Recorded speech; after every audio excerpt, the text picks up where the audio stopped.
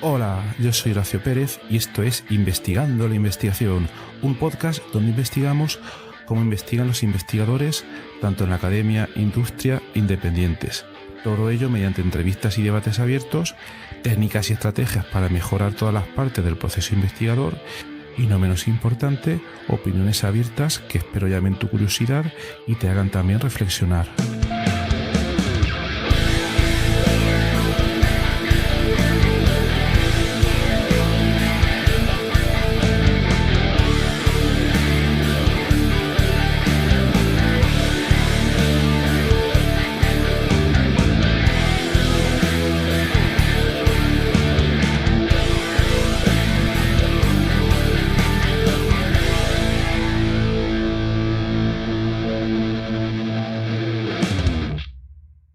Hola, bienvenidos a otro episodio del podcast Investigando la Investigación.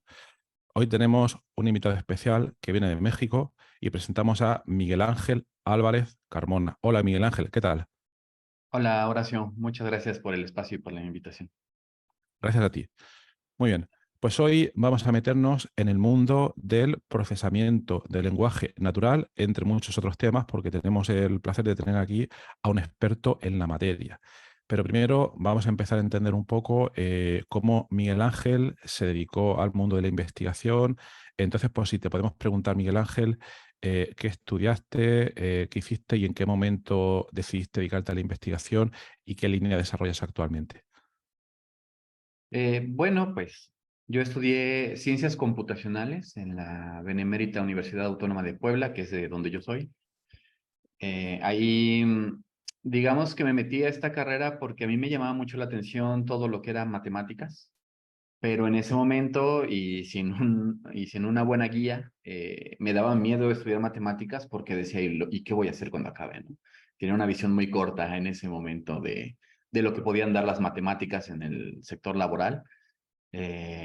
Y cuando me metí a ver la currícula de las carreras, me di cuenta que computación tenía muchas matemáticas, más de la mitad, y la otra parte era toda esta parte tecnológica que también me llamaba la atención, pero que dije, bueno, pues si estudio computación tendré más seguro un trabajo que de matemático, ¿no? Esa era mi idea, ¿no? Sinceramente, muy Ujú. errónea, era bastante joven en ese momento, pero no me arrepiento porque me gustó mucho. Sin embargo, a la mitad de la carrera, todas estas materias como de desarrollo, de sistemas computacionales, de ingeniería de software, no me terminaban de llenar.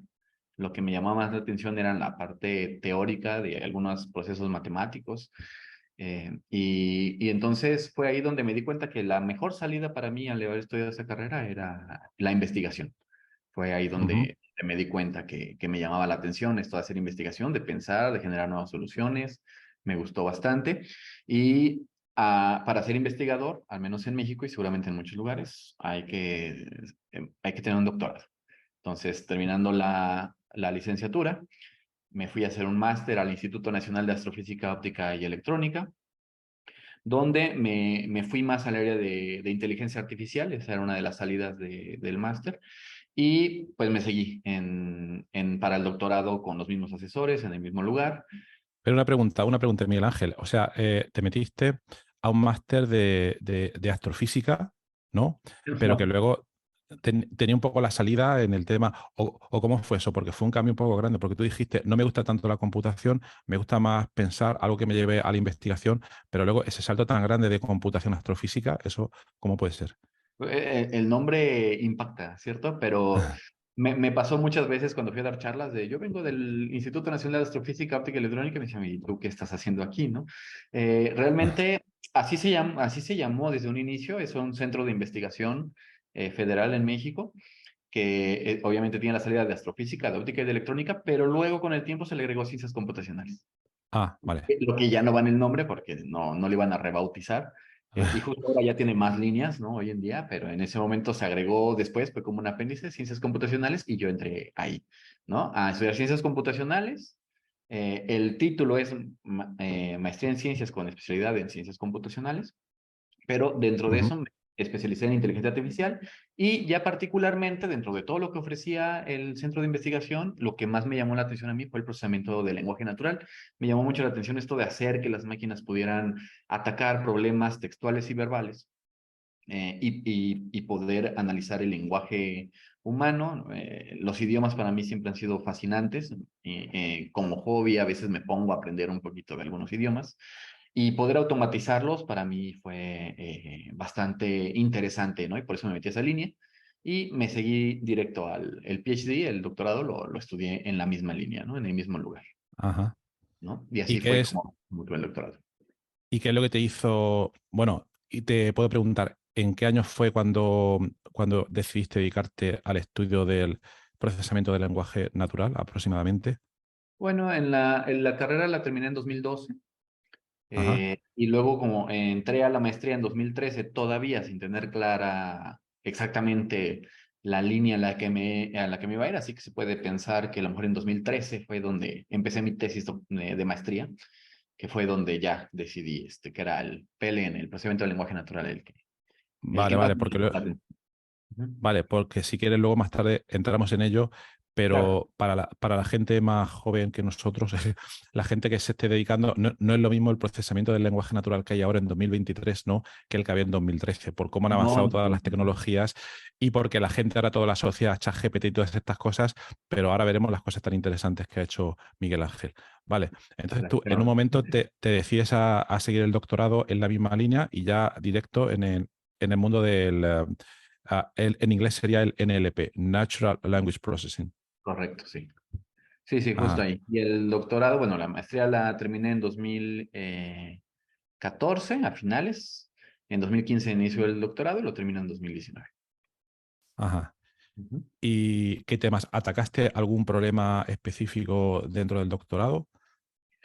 Bueno, en la maestría me fui a hacer algo que es similitud semántica, que básicamente es detección de plagio, pero como que está muy fuerte decir detección de plagio. Es porque eso ya conlleva más a la intención, a la mala intención de la gente, ¿no? Entonces se le llama similitud semántica, ¿no? Dado dos textos, decir qué tan similares son. Y Ajá, para el doctorado me moví a una tarea que se llama autoprofiling, que es fascinante. Es tratar de determinar la mayor cantidad de información de ti a partir de cómo escribes. Y con las redes sociales, pues tenemos una fuente inagotable de todos los textos y es ah, impresionante de, tú tomas el muro de una red social, ya sea de Twitter, bueno, ahora X, ¿no? Ahora X, exacto. esta red social o Facebook o alguna otra donde tú escribes y a partir de ahí se puede saber tu género, tu edad, tu personalidad, si eres introvertido, extrovertido, si tienes alguna tendencia a tener alguna enfermedad psiquiátrica o algún problema alimenticio como bulimia, anorexia o tendencias suicidas, si tienes afinidad por alguna ideología política, si tienes afinidad por alguna marca. Cosas de este estilo, Ujú. todo eso se puede saber a partir de lo que pones en tus redes sociales. Es qué escribes y cómo lo escribes es tu huella digital de alguna manera en las Y redes tiene, sociales. y tiene que ver, bueno, lo primero, antes has comentado que, creo que lo has comentado, similaridad semántica que Ajá. se utiliza principalmente para la detección de plagio, pero por curiosidad, ¿hay algunas otras aplicaciones distintas que se conozcan menos? Para similitud textual, sí, bueno, ahora se utiliza mucho, en mi caso, cuando se va a publicar un artículo, pasan siempre por una de estas cosas. Claro, Y te dicen, bueno, se parece mucho, tienes autoplagio, ¿no? Porque eso también no es claro. ético en nuestra área. Oye, tu artículo que publicaste hace un año es idéntico al que quieres publicar ahora, ¿no?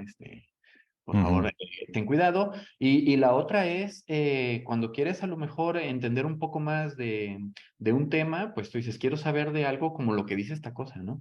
Dame documentos que se parezcan de alguna manera, ¿no? Exacto. Entonces, Ah, eso funciona bastante bien para recuperación de la información y otro tipo de cosas. ajá.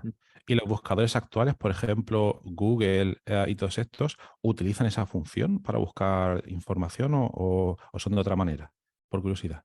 Bueno, no son tan abiertos a la hora de decir cómo hacen su Vale. mecanismo de recuperación de la información, pero lo que sí se sabe es que primero, en un inicio, estamos hablando de hace pues, ¿qué? 30 años tal vez, 25, el recuperador de información de Google era más o menos simple, utilizaba algo que se llama un espacio vectorial, que lo que hacía era representar los documentos como si fueran puntos en un espacio n-dimensional, ¿no? Que suena muy complejo, pero en realidad Ajá. es. Representas a un documento por las palabras que tiene y en un vector cerrado, ¿no? Digamos de 100 dimensiones. 100 por decir algo puede ser, es mucho más grande normalmente. Entonces tú tomas un punto en el espacio, tomas otro, le sacas el ángulo que hay entre esos dos vectores y entonces los vectores más cercanos son los que recupera de acuerdo a la búsqueda que tú haces. Así funcionaba. Ajá. Con el tiempo se le ha ido añadiendo un montón de información que cada vez te da. La recuperación de Google es muchísimo más fuerte, ¿no? Con el paso del tiempo, incluso si tú haces una búsqueda hoy y yo hago la misma hoy, nos da resultados diferentes, muy ad hoc a lo que cada quien suele buscar en su historial. Y sabe Vale. qué tanto tiempo estuviste en una página web, sabe qué páginas web normalmente son las que visitas, sabe cuáles son tus intereses. Es decir, ahora tanto Google como la gran mayoría de empresas que tienen su fuerte en los datos saben todo de nosotros, más que nosotros mismos, ¿eh? Ujú. Entonces, con toda esta información lo avientan a una maquinaria gigantesca y eso es como ahora te devuelve las búsquedas de Google, que están, por cierto, muy, muy bien hechas, ¿no? Vale, vale. Entonces, hablando del autoprofiling, que fue el Ujú. tema en el que te has centrado, ¿ese es el tema en que después del doctorado has seguido tú investigando? Esa era la idea en un inicio, ¿sí? Incluso llegué a tener dos, tres artículos por ahí que todavía quedaron como remanentes, ¿no? Del doctorado.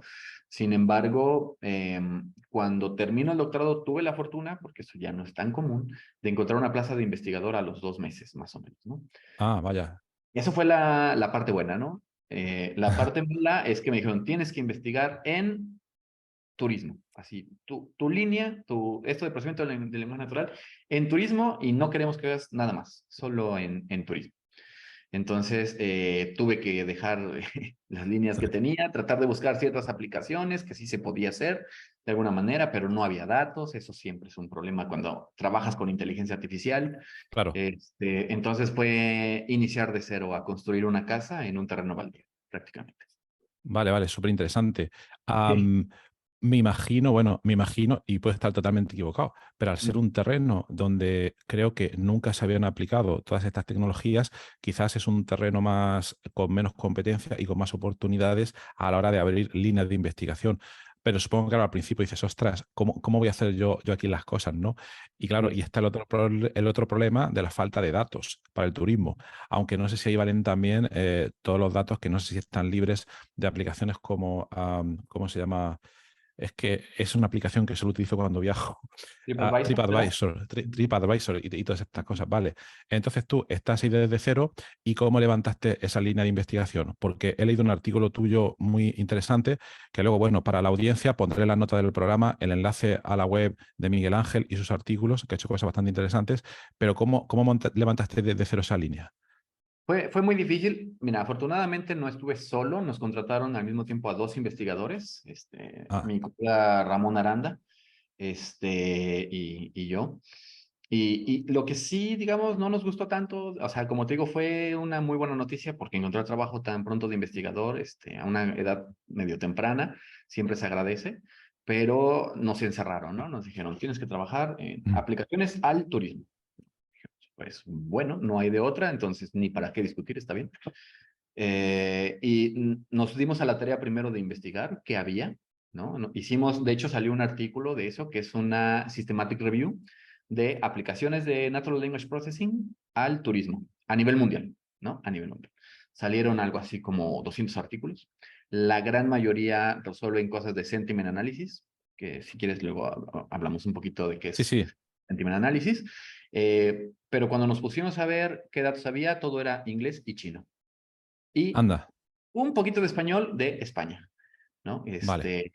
Los españoles son los que, digamos que hispanohablantes, los que más han intentado resolver problemas para el turismo, pero la gran mayoría, te estoy hablando tal vez de un 85%, son chinos y angloparlantes, ¿no? Normalmente estadounidenses. Entonces, en Latinoamérica habían tal vez 3 artículos en la última década, ¿no? Wow. Que trataban de aplicar el PLN a problemas de turismo. Y entonces, como tú dices, fue como de, muy bien, no tenemos competencia, pero muy mal, no tenemos nada más, ¿no? Vamos a correr una carrera nosotros solos, pero no sabemos para dónde está la meta. Entonces, a partir de ahí, como te mencionaba, salió un artículo de esto explicando todo este fenómeno. Y fue cuesta arriba, ¿no? Al principio, cuesta arriba. Fuimos a hablar con gente de turismo, ya sea del gobierno, ¿no? Con las asociaciones de investigación en turismo. A nadie de ellos en realidad les interesaba mucho empezar a meterse a esto del procesamiento del lenguaje natural, porque normalmente gente de sociales como que dicen, no, Ya, matemáticas, ingeniería, no mucho, ¿no? La gente ya. de ingeniería que la motivábamos a entrar a turismo también decían, no, yo prefiero seguir con mis modelos. Ok. Entonces fue un problema que se ha ido resolviendo. Afortunadamente ya las dos partes ya las hicimos ver que es bien importante, no solo en turismo, ¿no? Lo hicimos en turismo porque fue lo que prácticamente nos obligaron, pero luego le agarramos gusto.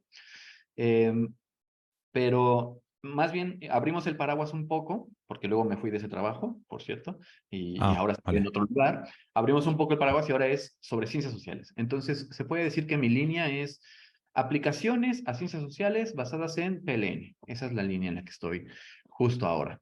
Y ha ido bastante bien, ya logramos convencer a las dos partes. Justo ahora pertenezco a la Academia Mexicana de Investigación Turística y a la Ujú. Sociedad Mexicana de Procesamiento del Lenguaje Natural, ¿no? Ah, Entonces, es ostras. súper extraño esa intersección, pero ya fuimos avanzando en eso. Vale, y una pregunta. Claro, al principio, ¿por qué crees que la gente de turismo o de sociales, como tú comentas, son reticentes a los temas de procesamiento del lenguaje natural? Porque no ven. Bueno, mira, yo te comento, yo soy químico, ¿no? Entonces, soy químico computacional y a veces lo que me sucede es cuando nos ponemos a hablar con gente de. Es otro problema, son otros contextos, ¿no? Pero con gente de ciencia de alimentos es muy difícil. Nosotros vemos clarísimo que podemos hacer A, B y C. Lo vemos súper claro. Incluso hay publicaciones que nos avalan, pero es muy difícil hacerles ver esos posibles beneficios. Y es algo que llevamos entrenando muchísimo tiempo, hasta que ya llegas a un muro y dices, ostras, no lo puedo hacer más. Pero en tu caso, en estos casos que tratasteis al principio, ¿por qué crees que cuesta que la gente de sociales, porque no tienen formación, que también, claro, no se puede tener formación en todo, o porque tienen Claro. miedo a estas tecnologías? Porque, y además imagino que, claro, en el momento que hicisteis esto, sería en la era pre-ChatGPT y no estaba tan claro los beneficios de estas tecnologías. Sí. No, y en la post-chat GPT siguen igual, ¿eh? Ah, siguen igual.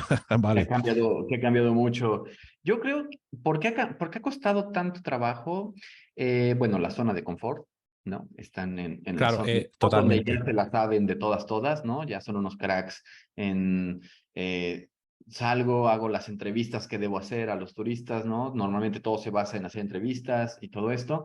Y normalmente cuando tú trabajas con aplicaciones de inteligencia artificial, necesitamos datos suficientes, ¿no? No suelen ser Vale. pocos, no suelen ser 100 o 50, ¿no? Que son más o menos los datos que ellos trabajan en sus investigaciones. No quiere decir que esté mal, ¿no? Solo quiere decir que para que lo nuestro funcione necesitamos más datos. Entonces, de Claro, repente, digamos, decimos, miren, pudimos conseguir con el sudor de nuestra frente 5,000 datos, ¿no? 5,000 perfiles con los que podemos trabajar y dicen, ¿y cómo vamos a analizar eso? No, lo vamos a automatizar. ¿Y cómo voy a hacer eso? No, mm, bueno, es que lo voy a hacer yo, tú analizas, no, pero es que es demasiado. Entonces, ellos dicen, si ya analizar a 100 personas me cuesta un mundo, nunca voy a analizar a 5,000 o a 100,000, ¿no? Que son los que tú tengas. Entonces, tratar de convencerlos que la automatización es lo de hoy, ¿no? Es ujú. importante. Incluso cuando les pedíamos si tenían datos, aunque fueran pocos, ¿no? ¿Tienen datos? Sí, nos pasaban un Excel, con todos los datos nada estructurados, un renglón vacío, el otro no, así que dices, esto es imposible de automatizarlo, ¿no? Porque ellos no tienen en la mente que en un futuro se podía hacer un proceso automático, ¿no? Que alguna máquina pudiera apoyarlos, como que eso no lo tienen en mente y es en lo que hemos tratado picando piedra de lograrlo. Yo creo que esos son los Sí. principales problemas. Ujú. Vale, porque yo tengo la misma experiencia. Nosotros, en lugar de gente sociales, son médicos y también se piensa, también te entregan ese Excel, como tú has comentado, desordenado, Mm. con muchos huecos, etcétera. Es algo normal y se piensan que uno puede hacer magia. Vale. Entonces, ahora mismo lo tenéis automatizado por lo que comentas. Y otra pregunta. ¿La gente de ciencias sociales con la que hablabais y tenéis pocos datos eran gente de la academia o eran gente de la empresa de hostelería que quizás a lo mejor podían tener un interés económico en los posibles beneficios? Bueno, nosotros atacamos los tres frentes, ¿no? Gente de la academia, Claro, gente del Estado, del gobierno y industria privada.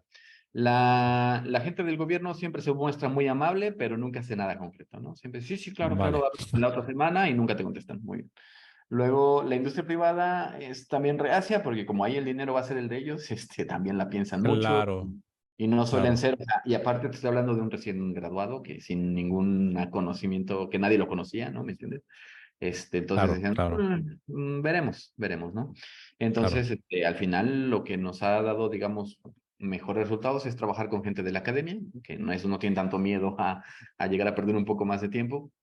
Entonces son los que nos han dado estos resultados junto con ellos, los hemos obtenido. Y sí, sí son los que nos han dado algunos datos, obviamente mucho del expertise que ahora tenemos en ciencias sociales, que como dices, no podemos ser expertos en todos. Yo no voy a ser nunca experto en ciencias sociales porque pues, me desvié mucho de eso. Mm. Pero hemos aprendido bastante de ellos, ¿no? Hemos aprendido un montón de ellos. Creo que hemos hecho con bastantes investigadores del área muy buena mancuerna y han salido trabajos bien interesantes. Vale, vale, vale, vale. Bien, y luego en algún momento, por lo que has comentado antes, te cambias a otra institución, si he entendido bien. Ah, sí, sí, sí. Vale, Sí, vale. me pasé, estaba en el CICESE en México, me moví al Centro de Investigación en Matemáticas, también en México, y aquí es donde llevo casi 9 meses trabajando, no tiene mucho Ah, que vale. me moví hacia acá. Y aquí ya no tengo digamos, ya no estoy atado a turismo en particular, ¿no? Pero ya me di cuenta que esta es una línea donde se le puede sacar bastante provecho y que ha dado buenos resultados. Pero, como te digo, abrimos el paraguas, ya no estamos amarrados al turismo, sino que ahora estamos aplicando, tratar de dar soluciones a problemas en general, ciencias sociales, políticas, médicas también. Hemos tratado de trabajar con ciencias médicas, justo ahora estamos trabajando en un artículo con tintes políticos, ¿no? Analizando un poco el lenguaje que se hizo en la pandemia. Y en Ajá. fin, ya estamos abriendo un poco el horizonte, pero el turismo nos va a seguir acompañando un rato más. Y prefieres, imagino que prefieres más esta situación donde ahora no estéis tan limitados, que puedes escoger un poco el problema que vayas a tratar mientras tengas producción científica, imagino, ¿no? Prefieres esta Sí, sí. situación mucho más a la que tenías antes, que está un poco más cerrada, ¿no? Sí, sí, sí, mucho más, porque podía pasar perfectamente que llegaba alguien y, oye, me interesa hacer una colaboración contigo, este modelo que vi que hiciste para esta tarea, ¿qué pasaría si lo aplicamos acá? Y bueno, lo hacemos, pero va a ser en mi rato libre porque Claro, pues, estamos un poco atorados con esto, ¿no? Y ahora, pues sí, perfectamente puedo entrar a cualquier tipo de ambiente, ¿no? perfecto. Ujú, ¿Cuál es ahora el principal trabajo al que te dedicas ahora mismo? Antes has comentado, ¿te has cambiado ahora otra vez al tema del autoprofiling? Y has ujú. comentado también un poco antes de análisis de sentimientos. No sé si es esa la línea que tienes actualmente. Bueno, de auto-profiling ya no tanto. Como te digo, se Ajá. fue perdiendo en estos últimos 3 años. Lo último que hice con él fue un recomendador, no sé si esa sea la palabra ideal, Sí, creo que sí, creo que un sí. recomendador de sitios turísticos basado en tu Ujú. perfil, ¿no? Entonces, Ajá. si tú llegabas Ah, a Murcia, ¿no? Pero ujú. por tu perfil detectamos que eres una persona introvertida, ¿no? De una edad a lo mejor no tan joven, cosas así, bueno, pues no te voy a mandar a los bares o antros nocturnos de Murcia, te Claro. voy a mandar tal vez a un museo, a algo más Ajá. tranquilo seguramente, ¿no? Si tú eres una persona más extrovertida, pues sí, lánzate del bungee, ¿no? Si eres abierta a nuevas experiencias, bueno, vete al bungee, Ujú. a paracaídas, cosas así. Claro, claro. Fue como que lo último que hicimos, ¿no? Pero ahora, como te platiqué en turismo, prácticamente casi todo lo que tiene que ver con procesamiento del lenguaje natural, y digo casi porque obviamente hay más salidas, pero casi todo se abarca dentro del sentiment analysis o el análisis de opinión, que la tarea es bastante simple. Dado un texto, decir la polaridad, y a veces un poco más datos, pero lo básico es la polaridad eh, y la connotación con la que se expresó el autor de esa opinión, ¿no? Dices, Entonces, dices simple, pero a mí se me antoja muy complejo y no sé si proclive al subjetivismo, ¿no? Porque no sé no, si. Claro, Lo es, lo es. Bueno, es simple de explicar, ¿no? Ya si Eso es, te perdona, preguntas, eso es. eso son otra cosa. Pero simple de explicar, es decir, dada una opinión, Mm, dime si es una opinión positiva o negativa. Y ahí a lo mejor es un poco más sencillo. Cuando tú binarizas, ¿no? O incluso meter tres categorías, ¿no? Pues sí, positiva, negativa o neutra, ¿no? No, es que fui a este museo y está horrible, está sucio, es caro, lo que sea. Bueno, esto es negativo, ¿no? Es fácil.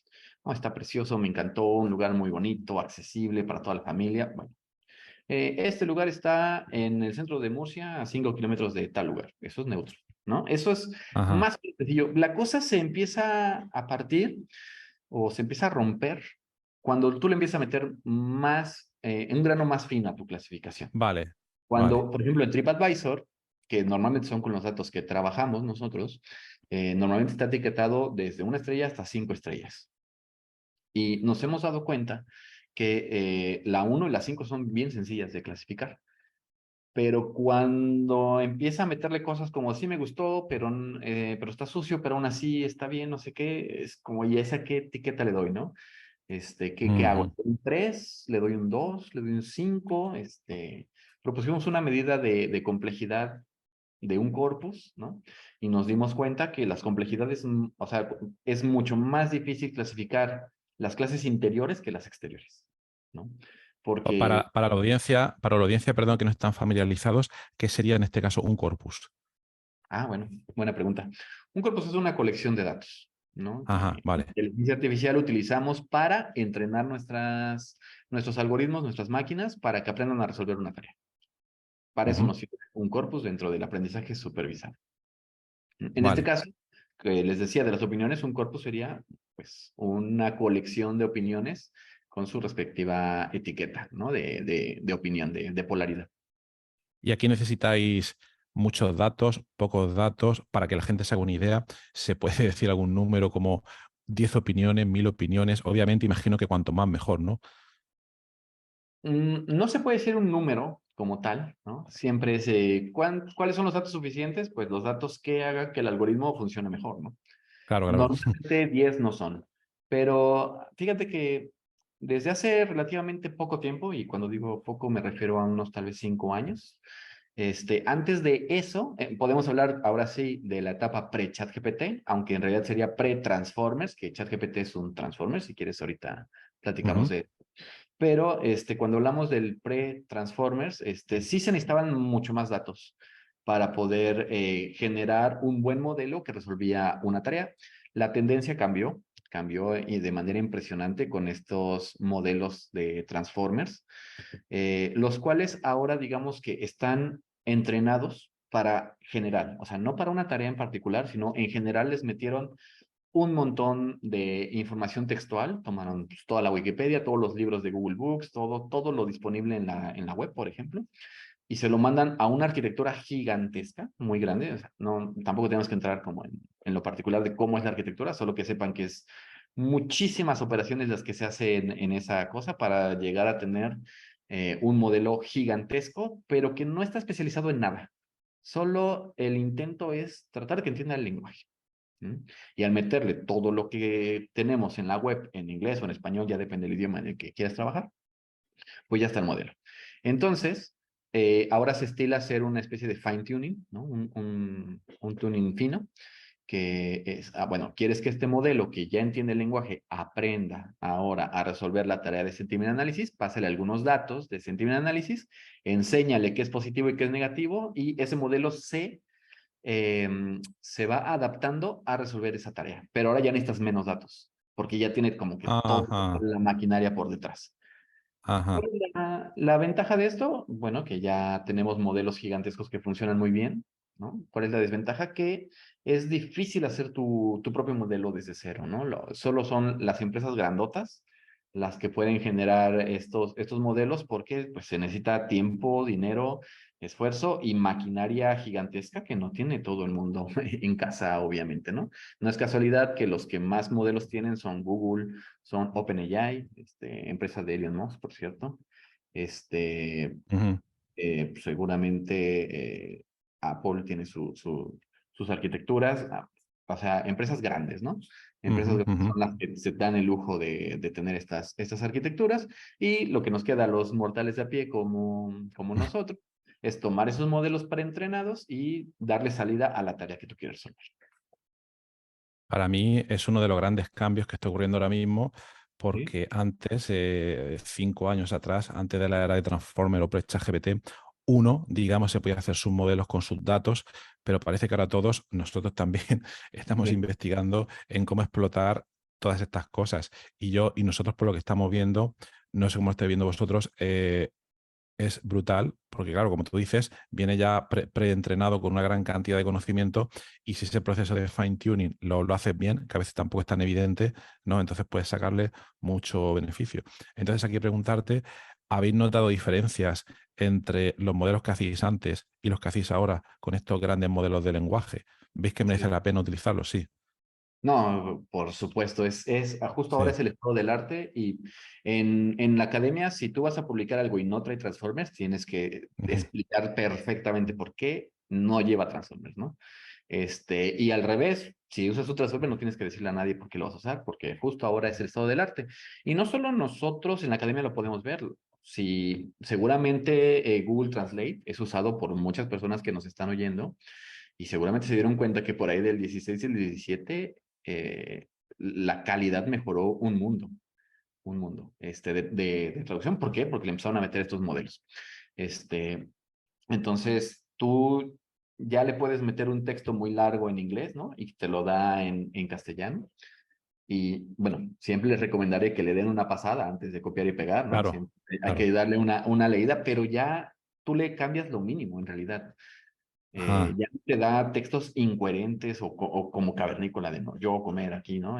Ya no, eso ya no pasa, ya te lo hace muy bien. ¿No? Ahora, que tenga sentido es otra cosa, por eso tienen que darle una buena leída antes de utilizarlo. Sí, sobre todo los estudiantes que créanme que nos seguimos dando cuenta que lo utilizan, pero ha mejorado un mundo, un mundo. Y ya ni se diga, por ejemplo, ChatGPT, que eso pasó el test de Turing hace un buen rato, ¿no? Ujú. Sí, exactamente, es Ujú, impresionante. Vale, entonces vosotros ahora continuáis aplicando todas estas nuevas tecnologías a vuestros problemas y has ujú. comentado anteriormente un caso relacionado, un artículo que creo que fue de conferencia hace poco, pues si nos pudieras comentar un poco sobre él. Bueno, sí. Bueno, más que un artículo, es un evento. Un evento. Eso es, correcto. Es el ResMex, que, por cierto, como te decía, este año el evento se llevará a cabo en Jaén, en España, Ujú. en septiembre. El ResMex surgió de la necesidad, ¿no? Bueno, de incentivar a la comunidad científica a empezar a resolver problemas de turismo para Latinoamérica, ¿no? Aunque en un principio empezamos para México, ¿no? No podíamos irnos a las grandes ligas de un golpe. Ujú. Entonces, ¿cuál es la idea de estos eventos? La CPLN, como te decía, la Sociedad Española de Procesamiento del Lenguaje Natural, normalmente genera estos marcos de eventos donde incentiva a los investigadores a proponer tareas o foros de evaluación. ¿En qué consiste? Tú propones una tarea, ¿no? Medio relevante y medio novedosa, ¿no? Por ejemplo, yo propuse la tarea de sentiment análisis aplicado al turismo del español de México, ¿no? Ajá, Entonces, vale. como mencionábamos hace un momento, no había nada antes, ¿no? Entonces fue una tarea novedosa y la CPLN me dijo, sí, llévala a cabo. Nos pusimos a recoger datos de TripAdvisor precisamente con su etiqueta y soltamos a la comunidad en general, toda la comunidad podía tener acceso a estos datos para generar modelos de clasificación. La idea es, yo te doy una partición del corpus, ¿no? Tomo un pedazo y lo libero a todo el que quiera participar, ¿no? Aquí no había limitantes, podía ser Mm. de la industria, de la academia o incluso nadie, cualquier persona en su casa, sin que no tuviera trabajo, también podía participar sin ningún problema. Entonces, les doy una parte de estos datos con su respectiva etiqueta y les digo, bueno, entrénenlos, ¿no? En su casa, con sus máquinas, entrénenlos, generen un modelo nuevo, propongan lo que ustedes quieran, utilicen uno que ya funcione en otras tareas, lo que quieran, no hay restricción. Cada quien toma los datos, entrena sus modelos y como al paso de 1, tal vez 2 meses, volvemos a liberar otro pedazo del corpus de nuestra colección, pero esta vez sin etiquetas. y les Ajá. decimos, díganos el modelo que ustedes entrenaron, qué etiquetas les dio a ustedes, ¿no? Y nos las mandan y nosotros sí conocemos las etiquetas reales, tomamos sus etiquetas y hacemos una evaluación. Al final de esto, generamos una especie de ranking, ¿no? Y decimos el modelo que ganó fue este, el segundo fue este, y bueno, así, consecutivamente. Y eso está bien padre porque al final todos los que participan pueden escribir un paper Mm. cortito, ¿no? De qué fue lo que hicieron, cómo lo resolvieron, ¿no? Todos los pormenores y se publica. Ah, Yo genial. hago como organizador, hago como un artículo general, ¿no? Recopilando todo lo que hicieron todos, el resumen, ¿no? Quién ganó, quién perdió, cuál fue Ujú. los mejores resultados, los modelos, cómo fueron. Y ha funcionado bastante bien. Ha sido de las tareas dentro de la CPLN que más participaciones han tenido. Y esto es bastante gratificante porque te mencionaba hace un momento que cuando llegué habían 3 artículos en toda Latinoamérica que trataban de resolver esto y justo ahora, con la edición ahora del 2023, vamos a llegar como unos 80, yo creo, artículos Mm. publicados Ah, muy bien. de esto, ¿no? Orgullosamente te puedo decir que en todos estos artículos estoy directa o indirectamente relacionado, aunque lo que me gustaría a mí es que ya empiece a haber artículos donde yo no tengo nada que ver. ¿Me entiendes? Eso es como la siguiente meta.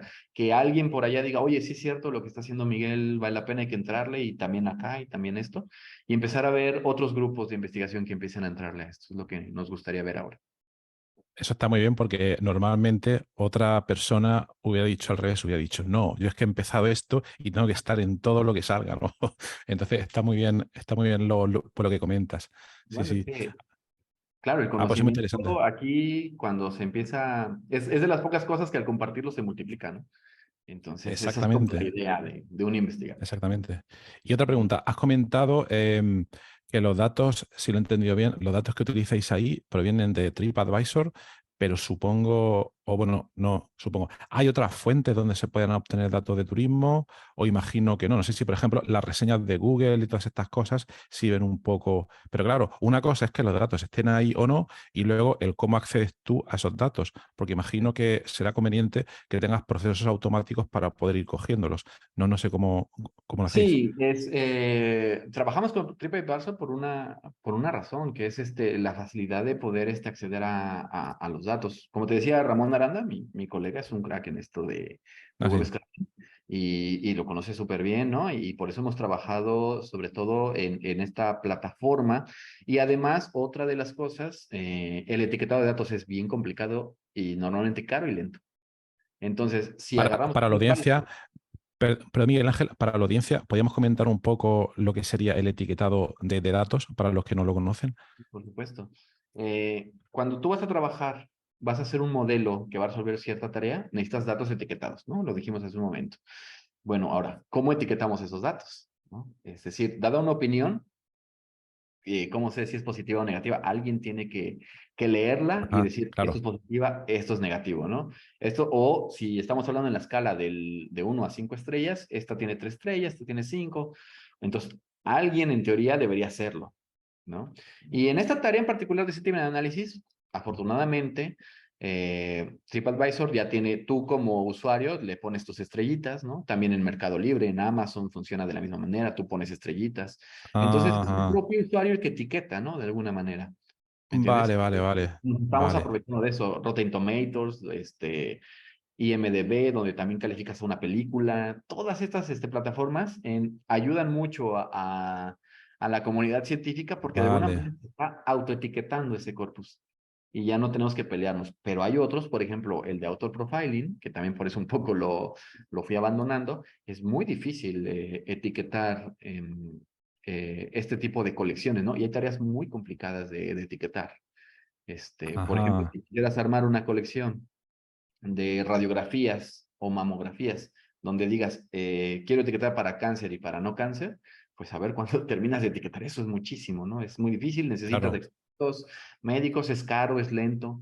Entonces, lamentablemente en la academia, pues es como de rápido, publiquen y necesitamos resultados y esto. Pocas veces te permiten el tiempo para invertir 2, 3, 4, 5 años en armar solo el corpus, ¿me entiendes? No podemos darnos Totalmente, ese claro, lujo claro. muchas veces. Entonces, a eso me refiero con el etiquetado de datos. Vale, vale, vale. Gracias por la aclaración. Vale, vale. Vale, entonces ya tenéis, una vez que tenéis ese etiquetado de los datos, ya entre todos los competidores desarrollan modelos y no sé si has comentado que hay un ranking donde por alguna métrica o algún sistema uno sale primero, otro segundo, tercero. ¿Cómo es esa métrica más o menos? La métrica es más o menos simple, es lo más básico, ¿no? De todos las instancias o todas las opiniones que tú clasificaste, ¿cuántas clasificaste correctas entre el total, ¿no? Te da uno si Vale, clasificaste todas bien, te da cero si no clasificaste ninguna bien. Es así. Hay otras un poco más complejas, ¿no? Pero en realidad el comportamiento es muy similar. Ver qué tan bien clasificaste. vale, vale, perfecto. ¿Y cuáles serían los siguientes pasos que queréis dar en esa línea de investigación, si se pueden contar? Bueno, ha ido evolucionando, ¿no? Para el ResMex, la primera edición del ResMex fue en el 2021. Ajá. Eh, Propusimos que resolvieran dos tareas. Uno era el de Sentiment Analysis y el otro era el de recomendador de sitios turísticos, ¿no? Se propuso estas dos tareas. Para el siguiente año, eh, hicimos más grande la colección de sentiment analysis, es decir, metimos más opiniones y además agregamos que, aparte de la polaridad, también nos dijeran si estaban hablando de un hotel, un restaurante o algún atractivo turístico, ¿no? Ya sea un museo, Ujú, un monumento, una calle, cosas de este estilo. Y además, en ese año también, bueno, en ese momento estaba el COVID a todo lo que daba. ujú. Entonces, propusimos la tarea de, y ese es otro de los trabajos, por cierto, que tengo, la tarea de, dadas las noticias que habían de COVID en ese momento, predecir cómo se iba a comportar el COVID al futuro, ¿no? Y dio resultados muy interesantes. También, si quieres, platicamos de eso en un Sí, momento. sí, sí. Sí, sí, adelante, porque lo he leído por encima. Ah, ok. También en ese trabajo, ¿en qué se diferenciaría respecto? Obviamente, el campo de aplicación es distinto, pero ahí Ujú, por lo que he leído, los datos, no sé si los tomabais de las fuentes de noticias, ujú. que al final entiendo que, o me da la impresión de que tienen mayor cantidad de datos que los que tienes en TripAdvisor, no sé si estoy equivocado, pero ahí no entiendo cómo funcionaría el etiquetado. Bueno, es bien interesante eso también, bueno, tú sabes, como científico tenemos que ver la manera de estar resolviendo problemas. Para este problema de COVID en particular, en México, me parece que esto solo se hizo en México, no sé si en otro país habrán hecho algo parecido, me imagino que sí. Pues llegó un momento que era o todos en casa, pero nadie trabaja y pocos ganan dinero, o todos afuera y todos ganan dinero, pero todos se contagian, ¿no? Entonces, el gobierno trató como de darle un equilibrio. Es decir, bueno, hay que ver qué tan potente está la pandemia, qué tan fuertes los contagios, y a partir de eso decidimos qué tanto salimos y qué tanto no. Para eso implementó lo que le llamó el semáforo epidemiológico de COVID, que tenía cuatro colores: rojo, naranja, amarillo y verde, ¿no? El rojo era el más restrictivo, el de nadie sale, nadie sale para nada, ¿no? Más que cosas muy básicas. Y el verde es todo sale, no hay problema, ¿no? Ujú, Entonces, tenemos cuatro clases. Este semáforo se iba cambiando cada semana, ¿no? Cada ujú. semana decían, bueno, ahora vamos a estar, y era por estado, por cada estado de la República Mexicana, ¿no? Cada lugar tenía su propio semáforo. Entonces decían, la próxima semana en Nuevo León van a tener el semáforo rojo, pero en la Ciudad de México, en la capital, van a tener semáforo amarillo. Y en Yucatán, semáforo en verde, ¿no?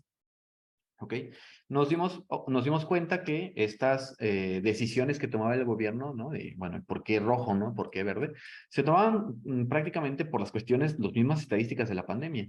¿Cuántas camas habían disponibles en los hospitales, no? ¿Qué tan llenos estaban los hospitales? ¿Cuántos tanques de oxígeno habían disponibles? ¿Cuántos contagios? ¿Cuántas muertes? ¿Cuántas defunciones? Todo esto.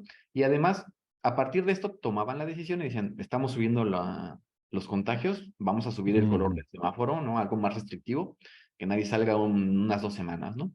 Este, y entonces empezamos a trabajar con esto. Tomábamos las noticias de una semana, ¿no? Es decir, si en las noticias publicaban todas estas estadísticas, tal vez podíamos aprovechar estos datos para predecir el futuro, ¿no? Del semáforo. Es decir, si yo te digo, esta semana este fue el comportamiento, tú me puedes decir en un mes cómo va a estar el semáforo COVID, ¿no? O el comportamiento COVID. Entonces, tomamos todas las noticias que se publicaron desde que empezó el semáforo, por ahí del 2000, 2020, me parece, por junio del 2020 empezó a andar esta cosa, hasta en ese momento, que lo hicimos hasta el 2022, entonces teníamos un año de noticias. Fíjate que no teníamos tantas noticias como opiniones, es decir, de la otra tarea de Sentiment Analysis, pero sí eran textos mucho más largos. Eso sí, eran Vale, vale, muy vale. largos, ¿no? Porque eran noticias Ujú, enteras y además claro, digamos que aquí cada instancia era toda una semana de noticias. Toda una semana de vale, noticias que tuviera que ver con COVID de cada estado de la República. Aquí son 32 estados, entonces era vale. bastante información. ¿Y cuál era la etiqueta? El color del semáforo que el mismo gobierno le había puesto Ah, ok. esa Vale, vale. semana, ¿no? Entonces yo te puedo decir, mira, esta semana estamos en amarillo y estas son las noticias, ¿no? Dime cómo vamos a estar en 2 meses o en 3 meses. Y el experimento lo hicimos por semanas, ¿no?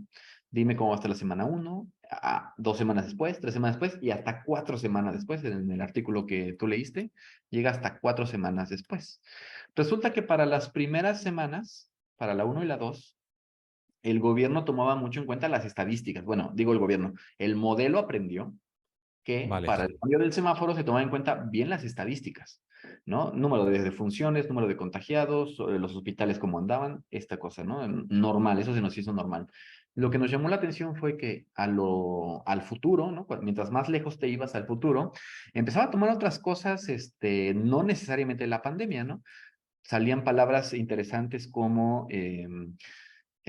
reactivación de la economía, industria turística, fiestas, conciertos, aglomeraciones, estos tipos de palabras, incluso Cámara de Diputados, Ejecutivo Federal, cosas de este estilo, salían. Ahí nos Mm, dimos cuenta que a futuro, para detectar el cambio más a futuro, se tomaban en cuenta aspectos más socioeconómicos que propios de la pandemia, ¿no? A corto plazo la pandemia era lo que más te decía, pero a largo plazo se tomaba aspecto de esto, ¿no? No está bien o mal, ¿no? Se entiende que tampoco podías encerrar a todo el mundo todo el tiempo, ujú. pero sí, más o menos detectó ese comportamiento, ¿no? Y esa fue una de las tareas que propusimos. Bueno, yo ya hice mi modelo, ¿no? Ahora vamos a ver qué hacen los participantes, ¿no? En este sentido. Para este Ajá. 2023, ¿no? Se volvió a hacer el evento, pero ya quitamos lo de COVID porque ya no, pues Claro, ya claro, no, claro. ya no estamos tan mal, ¿no? Como Por suerte, vale, vale. Pues aquí tengo una claro. pregunta. Has comentado que el modelo, bueno, el modelo lo entrenabais con los datos, etcétera, etcétera. El modelo hacía esas predicciones y luego, de alguna manera, y sin meternos mucho en la parte técnica, medíais lo bien o regular que el modelo funcionaba y entiendo que funcionaba bien, ¿vale? Pero para la gente que no está en todos estos temas, muchas veces parece que hay un riesgo en fiarse ciegamente de un modelo y decir, ostras, el modelo está haciendo predicciones, pero no sé por qué está haciendo las predicciones.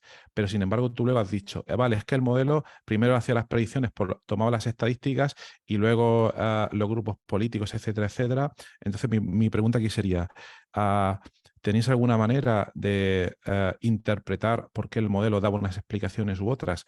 Y si eran esas que has comentado tú. Mm, Bueno, sí es vital a veces, un modelo puede tener digamos, dos ejes importantes, el poder predictivo y el poder explicativo, ¿no? El poder predictivo es el que te dice, mira, soy fenomenal, saco 99% de efectividad, ¿no? Le atino el 99%, ¿no? Y el poder explicativo es el que te dice por qué acierta y por qué falla, ¿no? Incluso te puede decir por qué toma la decisión. En sistemas médicos, los médicos prefieren 1000 veces algo que tenga muy buen poder explicativo a un muy buen poder Claro. predictivo, ¿no? Porque me dices, claro, falla el 1% de las veces, pero ni siquiera sé por qué ni cuándo, ¿no? Ujú. Entonces, yo quisiera poder decirle al paciente, mira, por esto tomamos la solución, la decisión, ¿no? Los que tienen, esto es un compromiso normalmente, si tienen mucho poder explicativo, normalmente baja la predicción y viceversa. Entonces, siempre hay que tratar como de llegar a un equilibrio. Nosotros en procesamiento del lenguaje natural lo que se hace, si queremos, por ejemplo, encontrar las temáticas o palabras importantes, se empieza a sacar métodos estadísticos que a grandes Ah, rasgos lo que hace es detectarme las palabras que aparecen mucho en una clase y poco en las demás, ¿no? Esa es una vale, manera de dar esta explicación, aunque justo ahora estos transformers tienen modelos de atención muy, muy, muy grandes e impresionantes. y puedes llegar a alguna capa que te interese y de ahí sacar el modelo de atención y decir, mira, donde se pone atención en esta parte del modelo son en estas palabras. Y así es como más o menos se va sacando, ¿no? Como se puede dar este tipo de explicación de por qué el modelo predice lo que predice, ¿no? Un árbol de decisión, que es otra manera ya clásica y que ya casi no se usa, de clasificación, te puede decir perfectamente, mira, si aparece esta palabra y esta, entonces da esta clase, ¿no? Y son modelos muy bonitos porque te explican de una manera muy simple por qué toman la decisión, pero normalmente no son los que mejores resultados obtienen, así que no se usan tanto en algunas aplicaciones. Vale, vale, vale. Es que has comentado una cosa que me resulta muy interesante y que no había caído antes, y es que, claro, en otros campos que yo conozco se entrena a los modelos de Machine Learning, inteligencia artificial, con números, etcétera, etcétera, pero claro, aquí son con palabras. Entonces, por lo que he entendido, no es necesario, o quiero decir, una de las posibles salidas o soluciones es realizar esos análisis estadísticos avanzados que tú has comentado, porque al ser palabras es más fácil sacar un poco, puedes sacar una especie de explicación en torno a frecuencia de palabras, etcétera, etcétera. No hay por qué irse necesariamente a una red neuronal súper compleja, entiendo, para sacar una información que te valga. Entiendo que todo depende también mucho del contexto que uno esté trabajando. Nosotros trabajamos con moléculas, ahí no se pueden sacar palabras, entre comillas, Claro. que sean Ujú. fáciles de interpretar. Eso es muy interesante. Vale, Sí. vale, vale, vale. Sí, Vale, bueno, tú puedes hacer un estudio preliminar, ¿no? Para identificar, ¿no? Antes de echar toda la maquinaria y toda la carne al asador. Y normalmente, pues se empieza con algo simple, ¿no? Para empezar a explorar qué tan difícil es tu problema, ¿no? Por ejemplo. claro, claro, claro. Nunca entran las palabras al modelo, ¿eh? A los modelos de clasificación nunca entran las palabras. Lo que entran son Eso es, algo codificado. correcto. Algo codificado. Empiezan a codificar y entran números a la máquina. La máquina solo ve números, saca números y luego nosotros de esos números decodificamos y regresamos a nuestro idioma.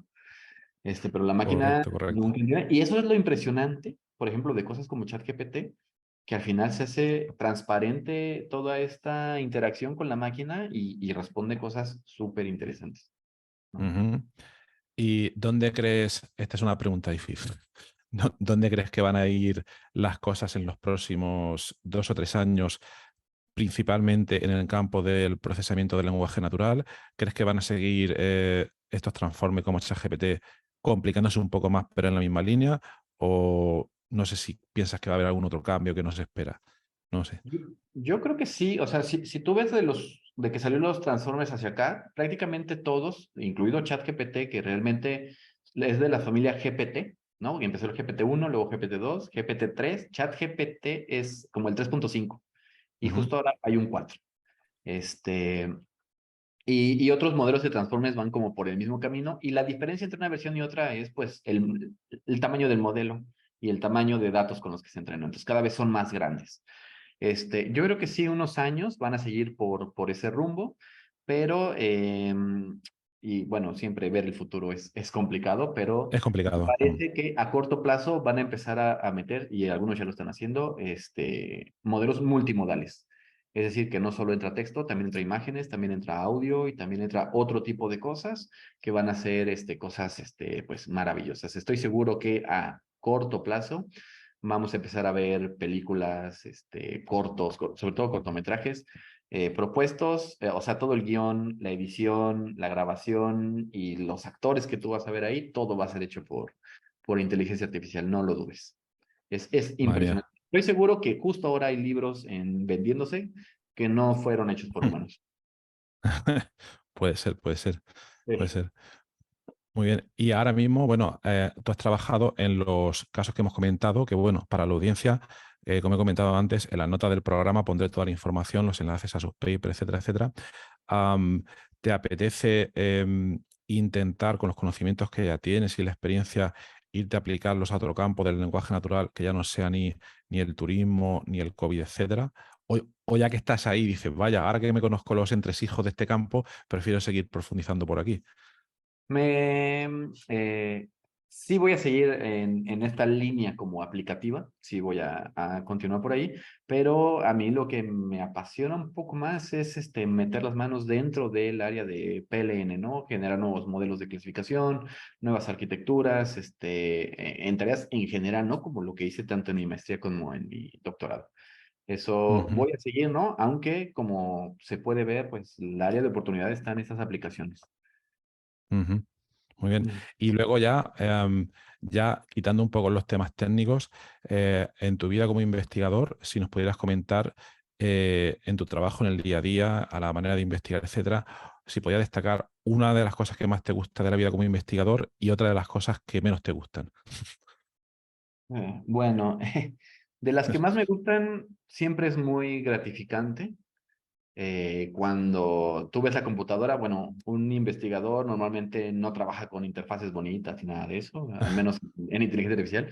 Tú solo ves una pantalla negra mandando números así de repente, ¿no? Y de repente sale un numerito. Entonces, cuando obtienes ese numerito, cuando puedes dar una explicación a un fenómeno como lo que te platico del COVID, esa es la parte gratificante cuando explicas algo que no se sabía, cuando dices, mira, Mm, en este fenómeno resulta ser que, lo que te decía, las clases del 2 al 4 son bien complicadas porque ahí entra mucho más la subjetividad y la 1 y la 5 no entra tanto la subjetividad, por lo tanto es más fácil, ¿no? Todas estas respuestas a tus preguntas de investigación es la parte bonita, ¿no? De un investigador, de este trabajo. Poder generar ujú, ese conocimiento que no se sabía, por muy pequeñito que sea, siempre es bonito, ¿no? La totalmente. parte que menos me gusta de investigador es que no es simple poder trabajar con bajos recursos, ¿no? Mm, Normalmente no hay la inversión que se requiere en el mundo científico y es como ingénietelas, ¿no? claro, claro. Afortunadamente yo, mi área, que son ciencias computacionales, no requiero de un laboratorio súper especializado, ¿no? Como otras líneas, ¿no? Donde requieren aparatos súper importantes, súper grandes y súper costosos, pero pues sí requiero datos, ¿no? Y esos datos de dónde los obtengo, no es fácil y no es barato y no es rápido. Entonces hay que buscarse la vida, ¿no? Y esa es la parte donde creo yo que los investigadores no deberían estar tan preocupados por ese apoyo, ¿no? Sin embargo, así estamos y eso es justo ahora la parte que menos me gusta. Efectivamente, efectivamente. Ujú. Eso es. Parece que alguien se lo oí decir a alguien que los datos son el fuel o el oro del El petróleo. siglo, o Son el el petróleo, eso es. petróleo del siglo, de este siglo, sí. De Ujú. este siglo, ¿verdad? ¿Verdad? Y ya para ir terminando, am, qué le recomendarías a alguien que, por ejemplo, está terminando su grado y que va a empezar una maestría y que se huele o se insinúa, dice, ostras, a lo mejor me quiero o no quiero dedicar a la investigación, que también a una edad promedio de, no sé, 25 años, yo no lo tenía claro tampoco, ¿no? ¿Qué le Claro. recomendarías a esa persona? Bueno, es difícil, se tendría que tener una charla, ¿no? Así con esta persona que lo que Claro, piensa es, claro, vamos a sentarnos unas cañas y platicamos, eso es. pero así a bote pronto, lo que le diría es, ¿estás seguro? ¿No? Si estás seguro y es lo que te apasiona y lo tuyo a lo mejor no es tanto la industria, porque muchas veces es porque eso, ¿no? Es que no me gusta tanto la industria, la academia es lo mío y todo eso. Bueno, si te gusta, le diría, dale, ¿no? Ve, busca la línea que te apasiona, ¿no? Porque es un camino complicado, entonces mejor que sea con algo que te guste. ¿No? Entonces busca la línea que te apasiona, no lo sueltes, pero que sepas que es complicado. Es muy difícil, desde que terminas el PhD es difícil, luego tú sabes, empiezas a hacer las peregrinaciones de los postdoctorados, ¿no? Un Ujú, postdoctorado tras otro, no hay plazas, el camino es largo, ¿no? Hasta encontrar una posición, pues más o menos bien, eh, que, que sepa ese camino, es lo que yo diría, ve cómo es el camino, si aún así tú vas, pues con todo, ¿no? Dale con todo, ujú. Dale con todo. pero sí que sepas que es difícil, ¿no? El camino para ser investigador. Muy bien, Miguel Ángel, pues muchísimas gracias por habernos contado hoy estas cosas tan interesantes. Estaremos al tanto pues, de lo que haces para ver cómo seguís avanzando en vuestras líneas. Y nada, de aquí pues os deseo lo mejor de los éxitos Ah, y gracias. seguir haciendo todos estos trabajos tan interesantes. Gracias por venir hasta el podcast y hasta la próxima. Bueno, pues muchas gracias a ti, gracias por el espacio. Me parece fenomenal este espacio que estás abriendo para que científicos y bueno, personas en general vengan a platicar su experiencia. Se puede aprender mucho, mucho aquí. Muchas gracias. Gracias, chao.